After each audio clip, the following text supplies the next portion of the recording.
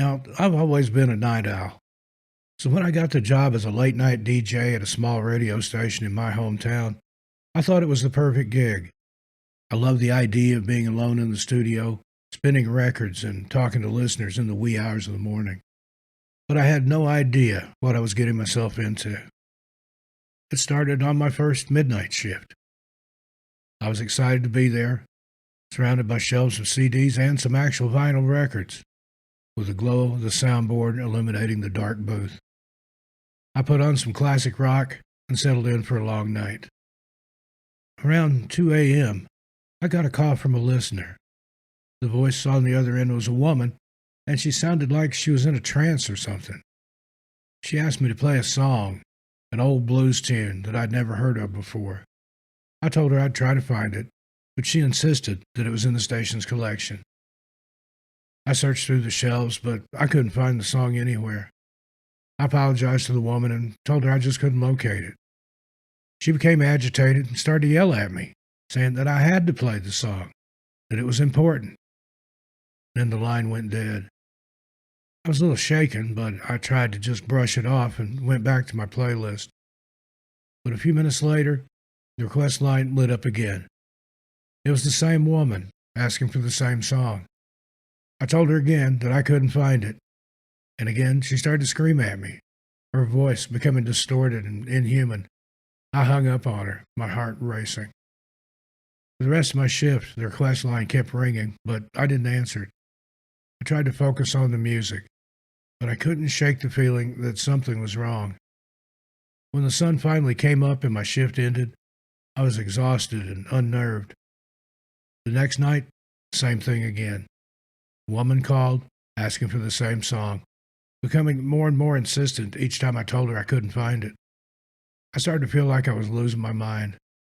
I even asked the other DJs if they'd ever gotten requests for the song, but none of them had ever heard of it. I asked the station manager, but he just shrugged and told me not to worry about it. But I just couldn't let it go. I started staying late after my shifts, searching through the station's archives for any trace of the mysterious song. I found nothing, but I did come across an old newspaper article about the station's history. Apparently, back in the 1950s, there'd been a late-night DJ named Eddie who'd gone missing during his shift. The article said that he had been spinning a rare blues record when he disappeared, and that he nor the record had never been found. I felt a chill go down my spine as I read the article.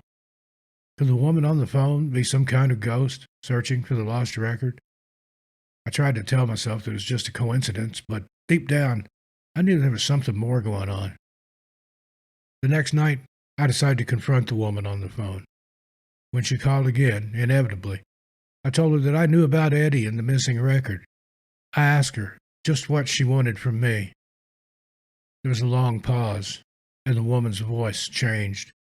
It became deep and menacing, and she told me that I had to find that record, that it held the key to a great evil that had been trapped inside the station for decades. She said if I didn't find it, the evil would be unleashed, and that I would be its next victim. I slammed the phone down, my heart pounding. I didn't want to believe what I just heard, but I couldn't deny the fear that was coursing through my veins. So I made a decision. I waited until the station was empty, and then once again, I started tearing through the archives, searching for any clue that might lead me to the missing record. I stayed there all day until time for my next night shift to begin, but I found nothing. That night, the woman called again, but this time she sounded different, her voice softer, almost pleading. She told me that she was sorry for scaring me, but that she needed my help. She said that the evil in the station was getting stronger, and that the only way to stop it was to find the record and destroy it. I hesitated for a moment, but then I made up my mind. I asked the woman to guide me, to help me find the record. She told me to look in the basement, where there was a disused utility room that had been sealed off for years. I made my way down to the basement, my flashlight casting eerie shadows on the concrete walls. Sure enough, I found a hidden room, and I forced the door open with a crowbar. Inside, I found a small, dusty room filled with old radio equipment and boxes of records. And there, in the corner, I saw it, a stack of old 78 RPM records, their labels faded and peeling. I flipped through them until I found the one I knew I was looking for. It was a blues record, just like the article had said, with a handwritten label that read Midnight Curse. I picked up the record with shaking hands and went back upstairs. I could feel the power emanating from it. I knew that I had to destroy it.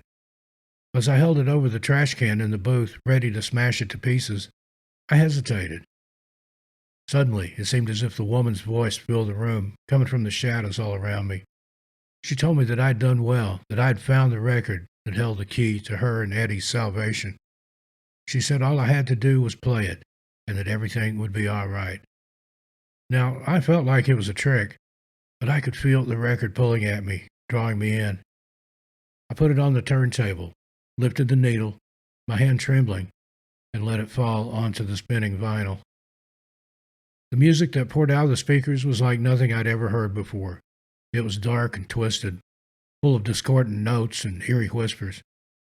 I could feel it seeping into my mind, taking control of my thoughts.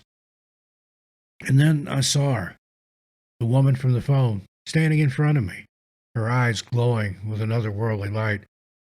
She told me that I was hers now, that I would be her voice in the night, luring others to their doom. I tried to fight it, but it was too late. I could feel myself slipping away, becoming a part of the darkness that had haunted the station for all those years. Now, I sit in the booth every night, playing the same twisted songs, waiting for the next caller to fall under my spell.